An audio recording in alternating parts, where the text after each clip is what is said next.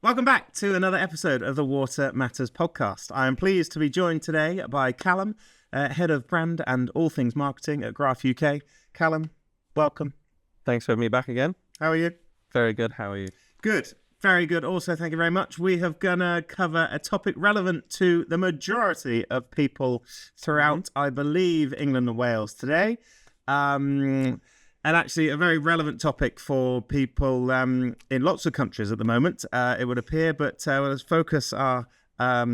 focus specifically on the UK for this episode because we want to talk about hosepipe bans. Yes. Something that a lot of people within England in particular will be aware of because they'll have seen the headlines, they'll have received information from their water companies, I'm sure, being told about the things they're not allowed to do. Yes. But with any new change and kind of quick sort of reactions to stuff, to things that, must be reacted to, there's always unanswered questions. So there's things that people don't know.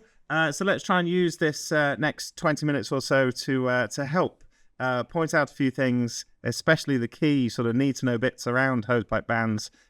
What should listeners be aware of? What's it all about? Can we make them feel slightly better about why it exists in the first place? Yep. Let's dive into it.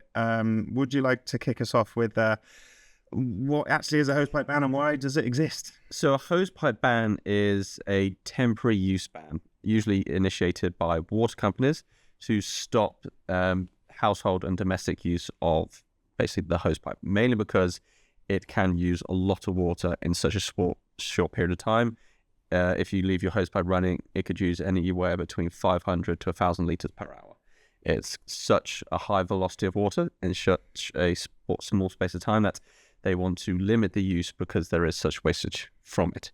Whereas if you use more like targeted approaches with water, like with a watering can or anything like that, it's more favoured because there is kind of less wastage. It is a way for, unfortunately, even though hosepipes are very useful, they can use a lot of water in such a short space of time. Yeah, I think, I suppose it is a real benefit to be able to, most of the time, turn on the tap and use your hosepipe to water your plants, your garden, if you wish, irrigate lawns and flower beds and all that sort of stuff.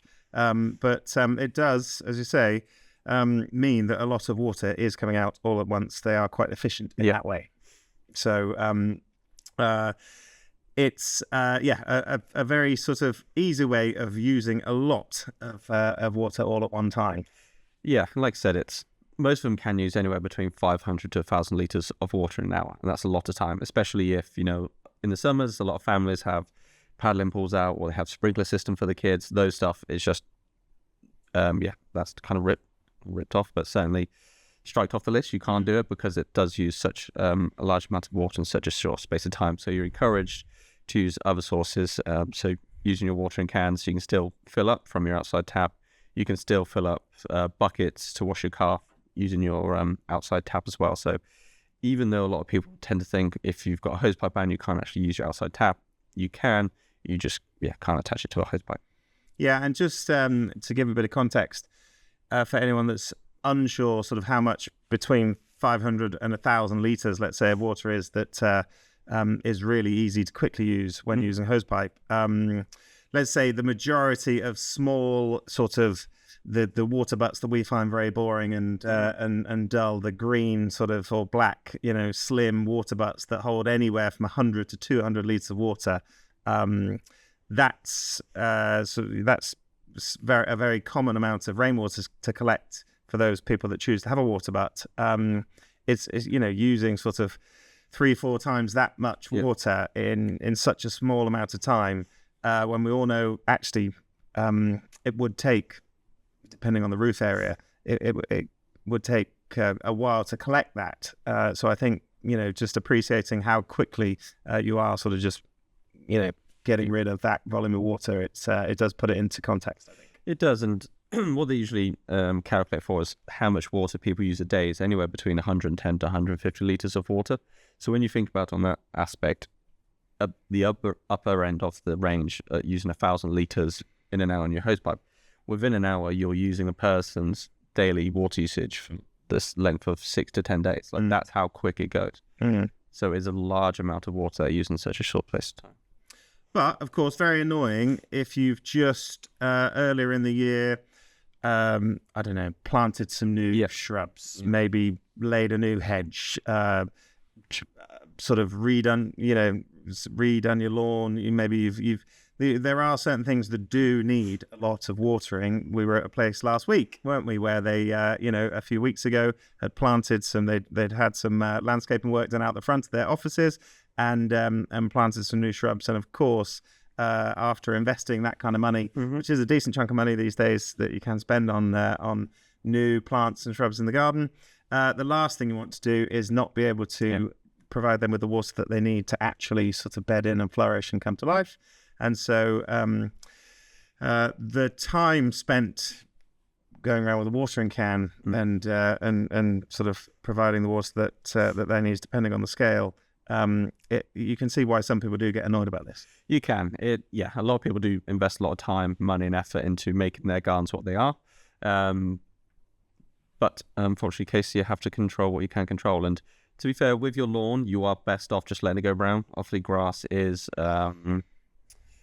it's kind of used to that sort of level of extreme dryness. It is very drought resistant. So it'll come back. Yeah, it'll come back. So even if you let it go brown for over the summer, it will turn green again once it starts to rain and get some more water. The good thing as well, like if you've got hedges or shrubs in the garden, they are very kind of drought tolerant as well.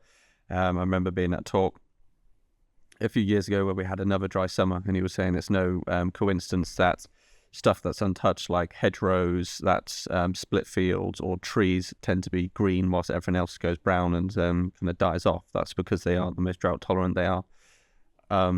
They do have a way of naturally holding a lot of water within their root system. So there are plants out there, and I think the kind of general advice is to start planting more drought tolerant plants, because these are the summers that we're going to get more often of with climate change. And so let's get more into why does it get to this point of, right, we need to enforce a hosepipe ban. And of course, each area of the country or sort of water company sees it differently, because it's not just a blanket across the board. Certainly where I live in the Severn Trent area, there's no hosepipe ban in place. Don't think there has been for several decades. And so very different in different regions, but why does it get to this point? It's a factor of things, but the main thing that they're trying to achieve is sustaining a level amount of water for people to use, for possible use for drinking, showering, bathing. They need to ensure that the supply is meeting basic human needs. So that's why they kind of allow for hosepipe bans to come in place, because they don't see it as a basic human need. But there's a number of factors. It all kind of depends on the infrastructure of your water company that you're with, whether it's Thames Water, Southern Water, Severn Trent, United Utilities, wherever about you are in the country. It comes down to where it's taking its drinking water from, usually from reservoirs. So once that drops below a certain level within a reservoir, that's when they'll impose a hosepipe ban.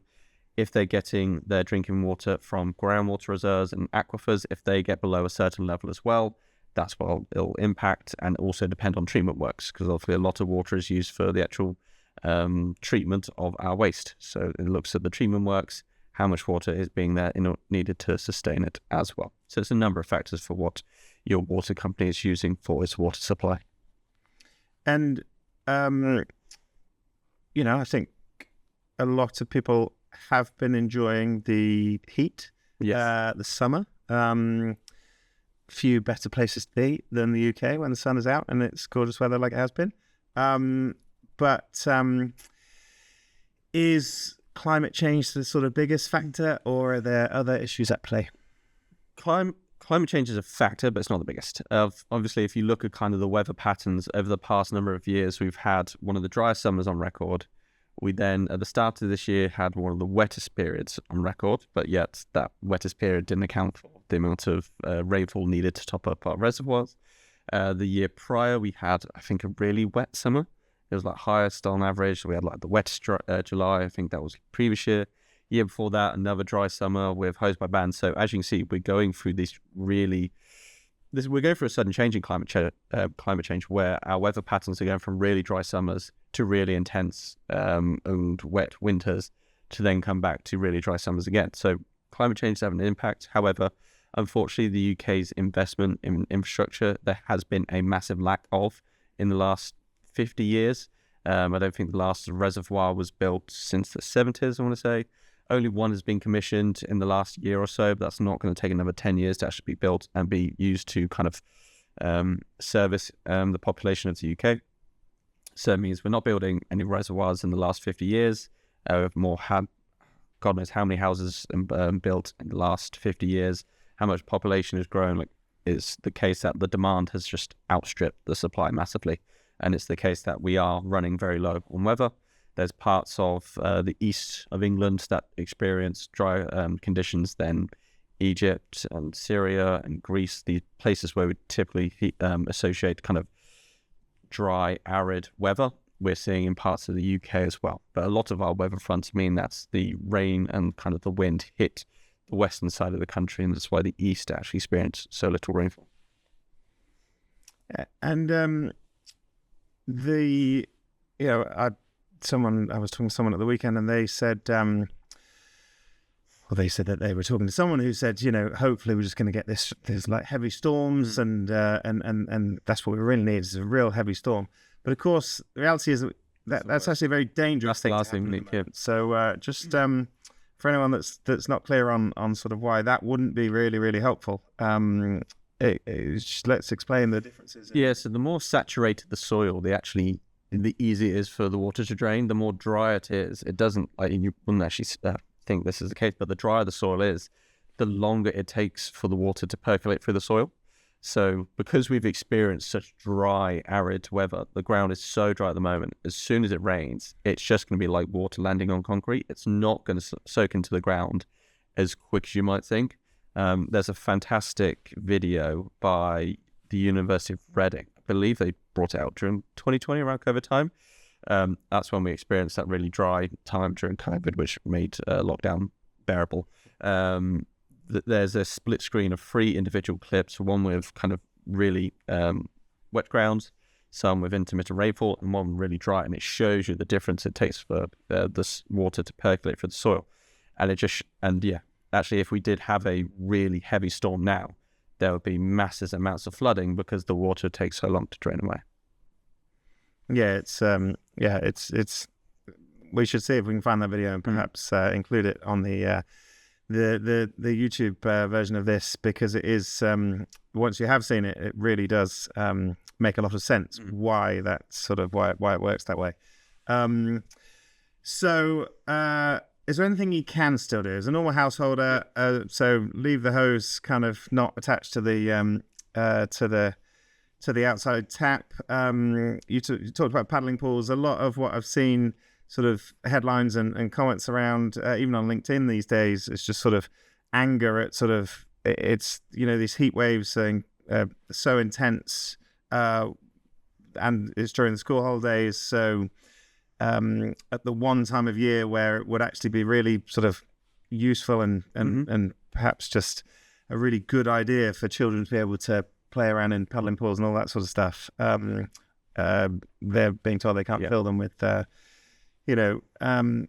mains water. So what are the rules around that, or what is there anything you are allowed to do? So the best thing to do is go onto the website of your water company, as they have very strict details of what you can and can't. So different water companies and different areas have different rules. So that's the first thing I would do, is just check with your water company to see what you can and can't. But usually it's not filling up paddling pools, not using kind of sprinkler systems. However, if you are collecting rainwater, that is completely okay. So if you have a water butt with a pump in or rainwater harvesting system that you attach a sprinkler system to, because it's collected rainwater, completely fine. You can use that as you wish, but you can still use your outside tap for kind of filling up watering can. If you wanted to clean down the patio, garden furniture, or your car, you can fill up a bucket of water and still use a sponge. You want to check kind of animal welfare rules in your area, because if you want to top up your pond, obviously that can run dry during the heat because the water will evaporate. You can top it up, but just make sure you check the rules with your water company. But it's just basic ones. If you think normally you would use a hosepipe for that job, don't do it. Use either a watering can and bucket water instead. And if everyone did just stop using hoses immediately, does that miraculously solve the problem? It doesn't miraculously solve it. Unfortunately, it, as I kind of mentioned earlier, is just an emergency demand. So as soon as there's certain levels of water in the reservoirs, groundwater reserves, aquifers, it is just an emergency. This is a quick win in order to reduce it. There's the kind of provision of what commercials or the commercial use is very loose as well. So like the instance we said about that company with their shrubs, because it's a commercial lot, they can do as they please. They're not expected to follow the same amount of rules and guidelines as domestic properties as well. And like I said, because of the lack of investment in infrastructure and into building more reservoirs, reducing the amount of leaks that happen in and around kind of the pipe work that's been installed in the Victorian time and not upgraded since, because of that lack of investment in infrastructure, it's caused a lot of problems. But beyond hosepipe bans, there's a lot of things you can do. And this is kind of normal, kind of saving water standard practice, which is reducing your shower time, looking at every time you boil your pasta or your vegetables, let the pan cool down and reuse that water in and around the home. Look for kind of leaking drippy taps or leaky loos, as they like to call it, and find ways to fix them. Install kind of aerated taps, low flow shower heads, all those sorts of nice common practice to help bring your overall water usage down will go a long way as well. Yeah, and how much does or could rainwater help in this situation? Rainwater can help massively. In a sense, you can save up to 50% of your kind of daily water usage by substituting maize water for rainwater instead. But like I said earlier, it's like it will do such a significant job in reducing it down massively, but ultimately what will have a bigger impact is people's daily habits as well. Because if you did that on top of installing dual flush toilets and aerated taps, low flow shower heads, that in itself, along with capturing rainwater, you could reduce your maize water usage from like 50% down to 80-90%. So that will have the biggest impact if you do it as a collective and really think about your water habits. And of course, it almost felt like a silly question to say because I'm saying it, and it really hasn't rained much at all. Although that does really depend on the area that you're living in. It's as we were reminded last week, where we were nearest to Birmingham on Thursday, it rained for a good sort of 4 hours there. But here in Banbury, it didn't rain at all. No, I had to message my wife in a panic because I left the windows open upstairs. And I was like, "Is it raining in Stratford?" She goes, "No." I was like, "That's fine, I don't have to worry." Yeah, it is. It's a helpful reminder that just because it's not raining exactly where you are doesn't mean that 50 minutes down the road or so it might be. But sort of that is also a reminder that it will rain again. Yes. And when it does rain, collecting it and actually just it's even with what's left of the summer. If people had a water butt connected to their roof, and collected whatever rainfall does come down over the next few weeks, that water will be available to use through your hosepipe if you want to. Yeah, whilst the ban's still in place. Yeah, like I said earlier, with climate change, we know we're going to have these drier, longer spells in our summers, and we've had 2 hosepipe bans implemented in the last 3 summers. So it's going to happen more regularly. So even if you do get a water butt or a rainwater harvest system now, and you're thinking, well, I'm not going to collect much over this summer, if you collect what you can over the winter and autumn, and potentially spring, and use that for next summer, your garden will more likely survive the hosepipe ban. Yeah, and I think that fits with several people that have said to me that they're going to consider getting aircon installed in their houses once aircon companies are not the most in-demand businesses in the country. So perhaps as we approach the winter, when they maybe quieten down a little bit, because they're not easy to get hold of at the moment. But Yeah, a lot of people, I believe, or certainly a lot of people that I've been talking to, are considering that for the future, with the expectation that kind of these warmer summers are something that we might have to get used to. Could the same be, could the same be said about rainwater harvesting and that sort of thing? I think so, and I think a lot more people are becoming aware of the problem. And like we've seen recently in the last few months, the kind of demand for people talking to us about rainwater harvesting has increased. We're seeing more and more people join the conversation and want to know more details, inquire more, call up, because they are generally concerned and generally worried about their water usage going forward, and they want to look after their home, look after their garden. And I think it's become more mainstream. People are going to think about it a lot more. We know this is going the way with legislation as well, with some of the changing in terms of how water is being collected on a lot of developments, with SUDS, stormwater, and rainwater becoming the priority. So it's going to change massively. I think more homes will have these sorts of systems installed, and it will become the forefront of what people think about.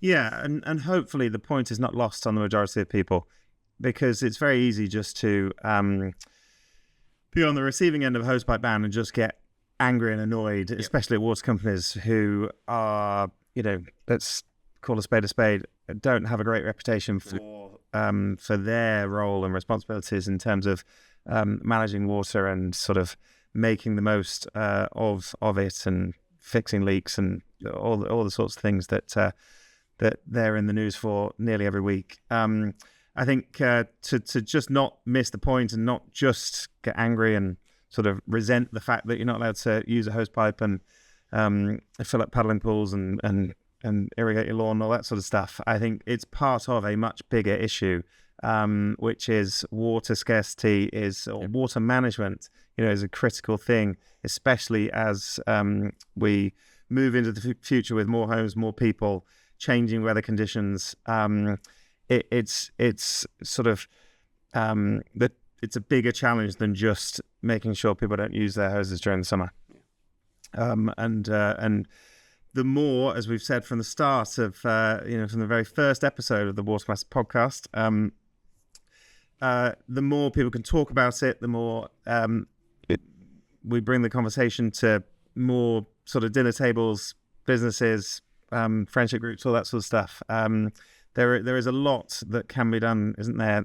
Sort of taking personal responsibility for water management and just sort of discussing it, and because collectively we need to find a solution, because we're all in it together if water doesn't come out the tap when we switch it on in the future. Anything not said about the hosepipe ban? Any lasting thoughts that we can leave readers with, listeners with, before we finish up?